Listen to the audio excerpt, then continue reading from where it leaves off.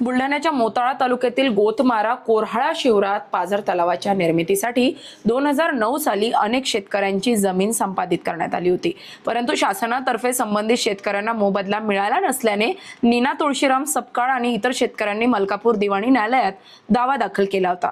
या संदर्भात न्यायालयाने निकाल देत बुलढाणा जिल्हाधिकारी, लघु सिंचन अधिकारी आणि विशेष भूसंपादन अधिकारी कार्यालयाला 5,58,010 रुपये अदा करण्याचे आदेश दिले होते, परंतु 1 वर्षाहून अधिक काळ उलटूनही पीडित शेतकऱ्याला मोबदला मिळाला नसल्याने न्यायालयाने कडक भूमिका घेत जिल्हाधिकारी तसेच विशेष भूसंपादन अधिकारी, लघु सिंचन प्रकल्पांतर्गत जलसंधारण विभाग कार्यालयातील खुर्ची आणि इतर साहित्य जप्त करण्याचे आदेश दिले।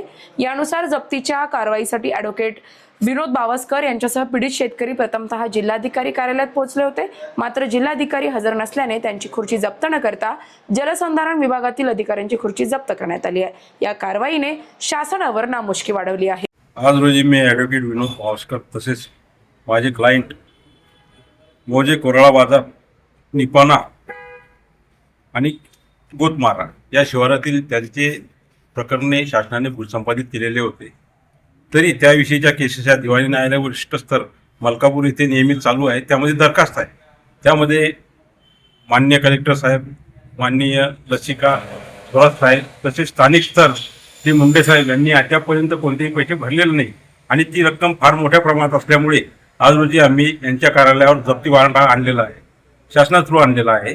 तरी त्यांनी आम्हाला तोंडी आश्वासन दिले पैसे भरण्याचे, तरी ते पैसे भरत नाही।